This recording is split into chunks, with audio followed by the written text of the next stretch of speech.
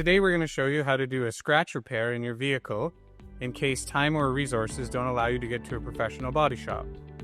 Hi, I'm Neil from Whitelaw Automotive, and the reason for doing this video today is not only so you have a better idea of how to do the repair, but so when you get home and are ready to do the repair, you have all the supplies you need. It's important to know that we have 3 types of aerosols we sell here at Whitelaw's, each suited for a different situation. Firstly, we offer air dry, which is the least expensive, as well as the quickest method. Secondly, we offer a solvent-based clear, which comes very close to an OEM color, delivering a nice balance of quality and cost. And lastly, we offer the premium waterborne solution, which will give you the best color, best finish, but requires the most time and skill, as well as being the most costly solution. In today's video, we'll be demonstrating the solvent-based clear solution. First thing you're going to need is glass cleaner. This lets you get the panel clean and ready for the repair. The second thing you're going to need is primer. Especially if you go down to the metal, you will definitely need primer, or if you have a deeper scratch and you almost want to use the primer as a filler. The third thing you're going to need is the color. Most important. You're going to want to come prepared with your paint code. If we can't find your paint code, someone at Whitelaw's will help you do that. And then we're going to make up the color for you so you have it when you get home. You're also going to need a tack rag. The tack rag gets rid of the micro dust so it doesn't appear in your paint job. And you'll see in the video following that Mike will show you when to use the microfiber. You're going to need some masking tape. You'll see Mike using masking paper, but also a couple layers of newspaper will do the job nicely as well and keep the cost down. You're going to see a mixer pack of sandpaper. This is for sanding down your primer and your work area, depending on how deep the scratch is and how much repair you have to do. You're going to need shop towels or shop rags or something with low lint. If you don't use something with low lint, you will actually see that lint in your paint job, which would be a real shame after all the work you put into it. Depending on where your repair is, you might have to use a blender. What this does is let you clear into the panel. You actually don't have to put color on, but it smooths out the clear. You'll see Mike use this as well. Then you'll use your clear coat, which will help the paint last longer and look more like the OEM finish. Now let's watch Mike complete the repair in a well-ventilated area. He isn't wearing a mask today, so he can speak to you, but always wear a mask when working with paint and chemicals. Hi, today we're going to repair some scratches in the rear bumper of this 2010 Toyota. We've had the car already pre-washed with soap and water, make sure it's completely dry. We're going to use some glass cleaner to take any residue of wax or oil off the bumper. It's an inexpensive product that pretty much any household has. So first of all, we're going to clean it.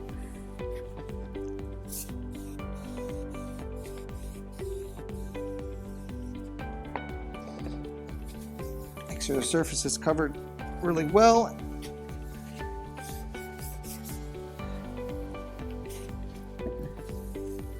And as you notice, I cleaned way past our damaged area in here just so we can get enough room for our paint and uniformity of our paint finish. Okay, now I'm satisfied with that. It's clean. You can feel it's got a nice non-slick surface. We should be ready to sand. So we've got multi-packs here with 4 different grits in them. We're going to start, since we've got some fine scratches area, I'm just going to choose the 320 to start. It's not really aggressive. If we had some deeper scratches, I would start with a 120 or 240. But since we're just a light scratch, we're going to start with 320. Sand the surface first.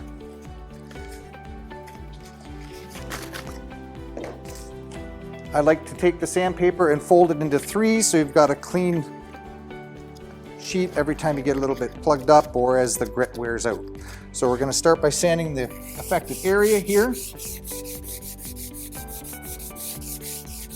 And as you can see, it's sanding white because this is a base coat, clear coat finish, which is on majority of the vehicles anymore.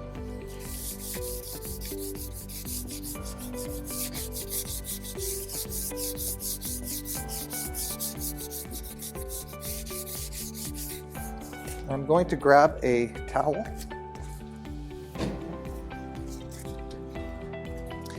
It's always handy to keep a rag with you in one hand. As you can see, as we're sanding, we can still see some scratches. Once we wipe it off, we'll carry on until those scratches have disappeared.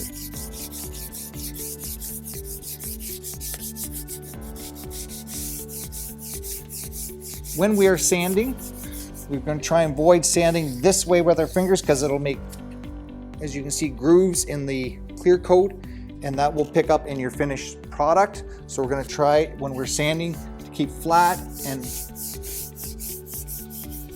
opposite direction of your length of your fingers.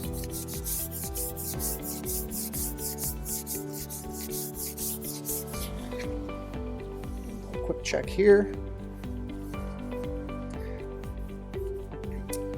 As you can see, as I'm sanding, I've gone down through our clear coat, our base coat, and we're into a little bit of the bumper substrate now. As you can see, I broke through just because I had to get the scratches out.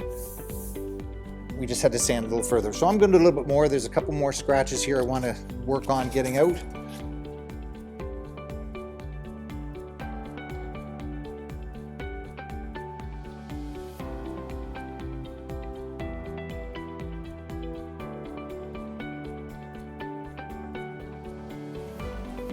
Okay, so I'm really satisfied now that I've got the scratches out. You can't feel any marks in the texture any longer. So now we're going to change to a 400 grit. It's a little finer sandpaper, so it'll still etch the panel, but it'll add for adhesion for our top coat. So we're going to next bump up to 400.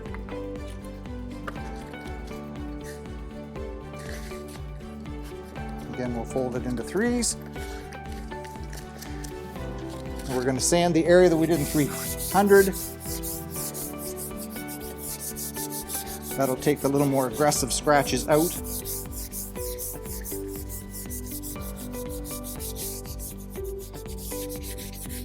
Okay. And now I'm going to continue on and sand and prepare the whole end of this bumper right out to the end.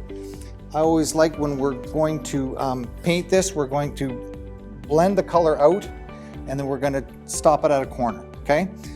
We'll get that once we get the finish going, but in the meantime, we're going to sand all our edges around and ensure that we've got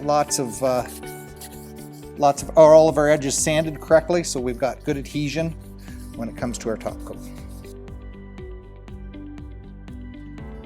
And when you fold your paper on an edge, you can always, your best bet is to use your folded edge like this till you do all your edges, okay?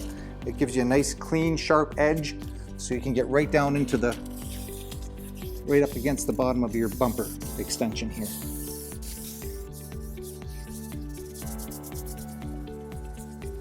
Again, we want to ensure that you're sanding with your fingers not in the direction you're sanding.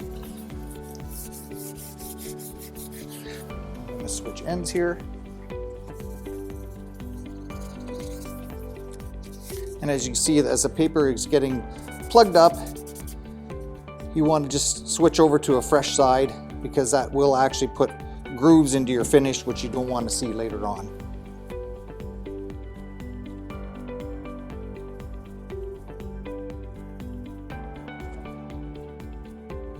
And you might be wondering, since it's a blue car, why it's sanding white. It's just the clear coat finish. Anytime a car, which 99% of the vehicles are built with clear coat finish on them, they will sand white because of the clear coat. A couple more edges here I want to tidy up.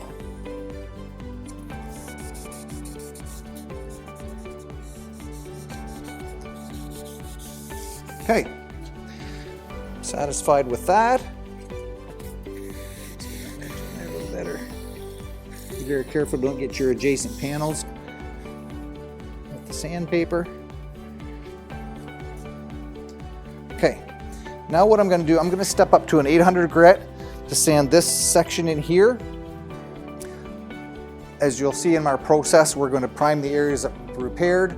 We're going to work our color back with our aerosols, And then when we go to clear coat, we're gonna run our clear coat past that, and we're gonna blend it into this corner. I always find it's a little better spot than trying to blend in the middle of a bumper panel. If you come off a corner, it's a little less noticeable. That'll save you painting your whole bumper, which is a ton of work, especially when you have a scratch on one end. So I'm gonna grab some 600, and I'm going to sand back past our 400 grit. Now this paper is very, very fine, okay, but it'll do the same. You can see that it shows white. I'm just gonna go past my 400 area for my blend. And the reason you have to etch that up is, again, when you're blending out your clear, you want something for your clear to bite into on your surface of your old finish.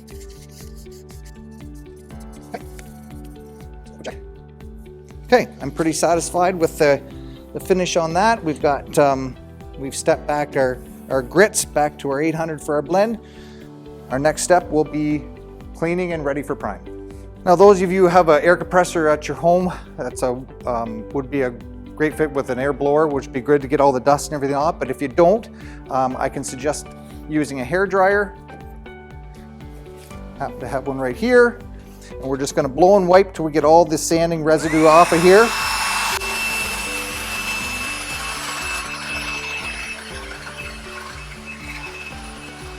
Okay, I'm happy with that. It looks great. I think we're ready for masking. So I'm just in the process of masking up all our edges first. As you can see, taking the time with 3/4 inch tape, we're masking all our edges nice and clean. The more time that you take doing this step gives you a better final finish. So take your time, don't rush, make sure you've got your tape is tucked down into your edges correctly. Okay, and then in this situation, we have a lower skirt on the bumper end. We've got a little rubber gasket. We want to make awful sure that we've got a nice, clean, tight line on our gasket to our bumper. It'll give you a really nice finish.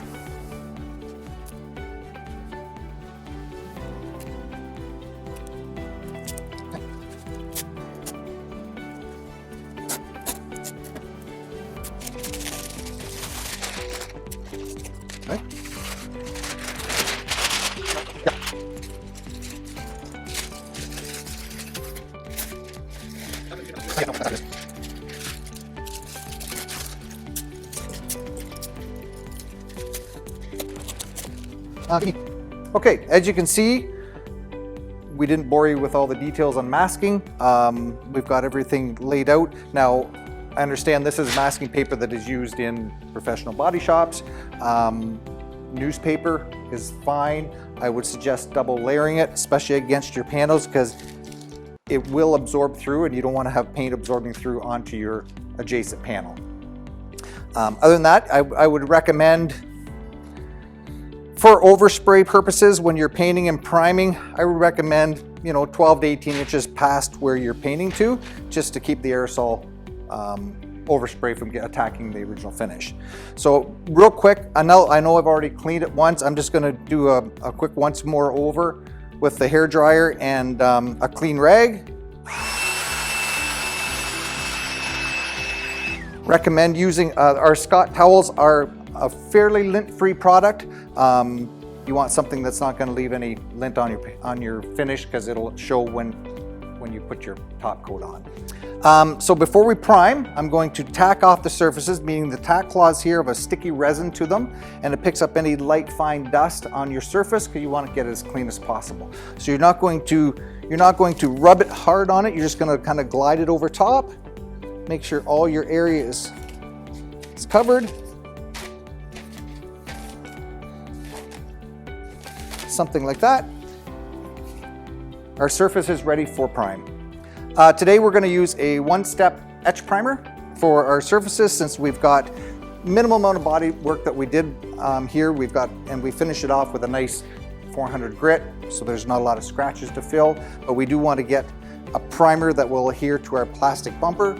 It is also awesome for bare metal on fenders and doors if you do happen to get into some other repairs on other parts of the vehicle.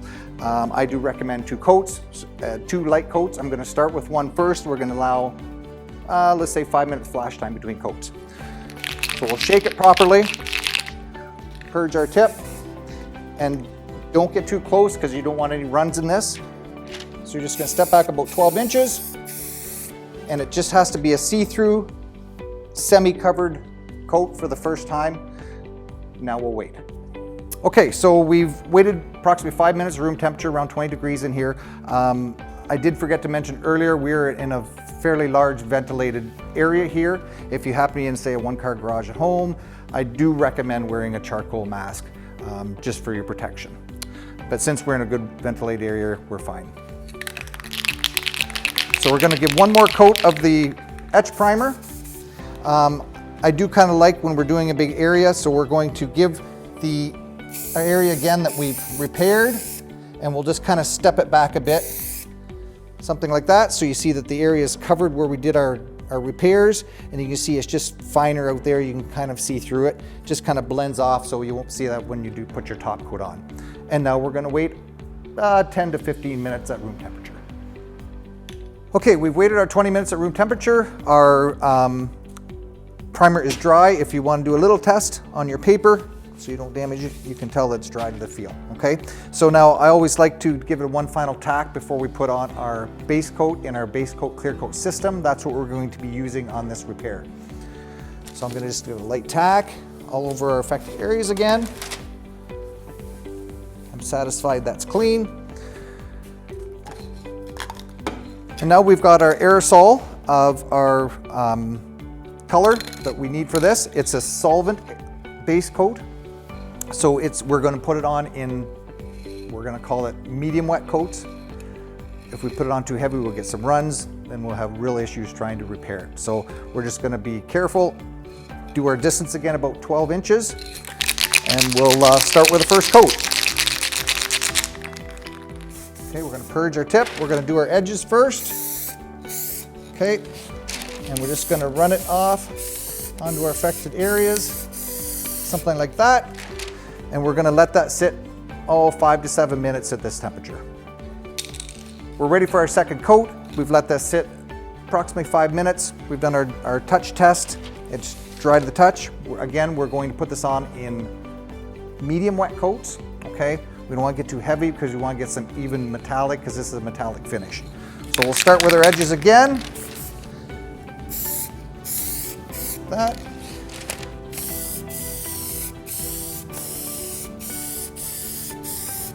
And as you can see, as I was working my way out, I'm blending out my color past the previous coat, just so we can kind of get a nice, even, gradual blend on our color. We're going to let this sit 5 minutes. We wait another 5 minutes. It's flashed off. As you can see, we still can, it's a little transparent. You'll find some colors, especially blues and reds, will be a little more transparent. We may have to give it a couple more coats. We'll see how it rolls. This will be coat number 3. We're going to do the same thing, just medium wet coats.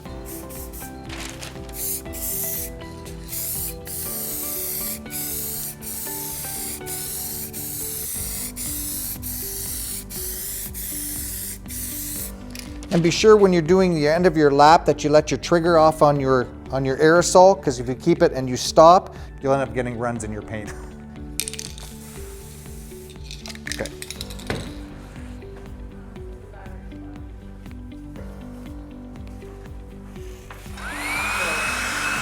We've waited our 5 minutes. The flash off is complete for coat number 2. I'm going to give it one more coat. A good indicator that you've got good coverage is if you can see where your tape to your paper is, and if it's uniform in color, that's a good indication you've got good coverage. So we're pretty darn close, and you can't see your primer through this area any longer. So I'm just going to be sure, give it one more coat, one more little blend past, just to make sure we're covered.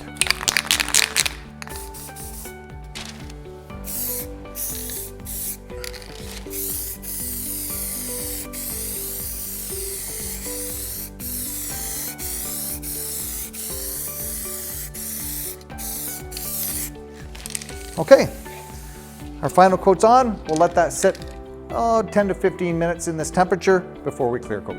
Okay, we've left our last coat of base. It's been 20 minutes at 20 degrees room temperature. Again, we could do a little bit of a field test, dry to the touch. We're ready to go with our clear coat. So again, we're going to take our tack cloth and just lightly rub over our surface. If there's any little bit of overspray from dust from our aerosols, just so it doesn't transfer to our clear coat finish. And as you've noticed, I've lightly masked the corner of this bumper just so overspray, we're going to bring the clear up to this area just so the clear doesn't get over and extends onto the rest of your panel. Okay, so it looks like we're in good shape here. We're going to use our 1K clear coat. It's got non-hardener in it. It's a durable product. We're going to give it 3 coats just so we get a proper mill. It says 2 to 3 on the can, but I always like to give it that 3rd coat just for proper mill, proper protection, and longevity of your repair. So we're going to start again doing the same process that we did with the primer and our base coat. We are going to give it medium wet coats, about 12 inches away. Very, very careful. You don't get too close to your panel. We don't need runs in our clear coat because then we're in a real mess. Okay, so here we go. Purge our tip. We're going to start just on our edge again. 12 inches away, and we're going to run it just past our base coat where we applied that. Okay, it's a medium wet coat. We're going to give that 5 minutes and we'll come back for a second coat. Okay, we've let that sit 5 minutes. Again, if you want to do a quick test, not on your panel of course, just go on the masking paper. You can feel it's dry to the touch. So we were ready for coat number 2. Purge the tip. Start with our edges again. Oops. Okay.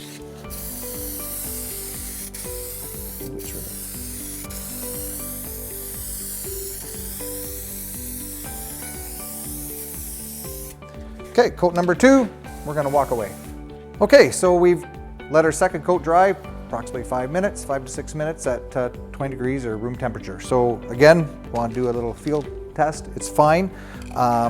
We're going to go ahead and give our last coat of clear. As you probably noticed, I was stepping it past the color. That second coat was to about here. 3rd coat, I'm going to run it right out onto my edge, and I'll show you with a little bit of blender how we're just going to soften that edge up. Again, we'll purge our tip.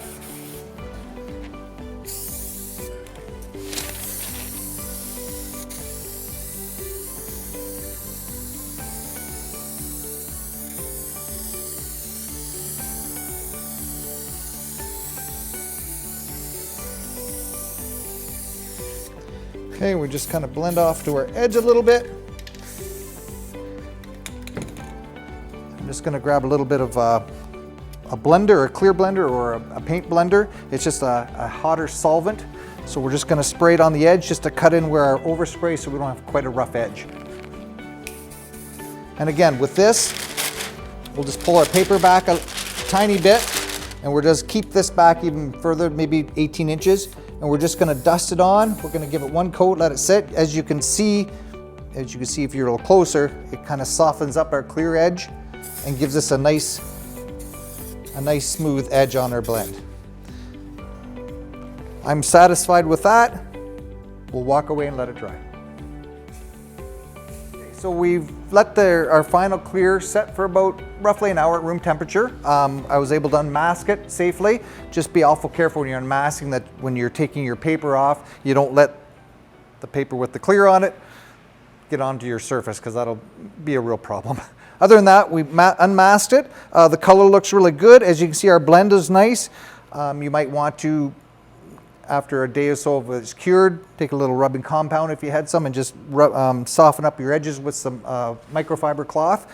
But other than that, I'm pretty happy with that repair. I hope this video was helpful. Be sure to check out the rest of our YouTube channel, and you can find our paints and supplies at 3 Southwestern Ontario locations: Woodstock, Cambridge, and Paris.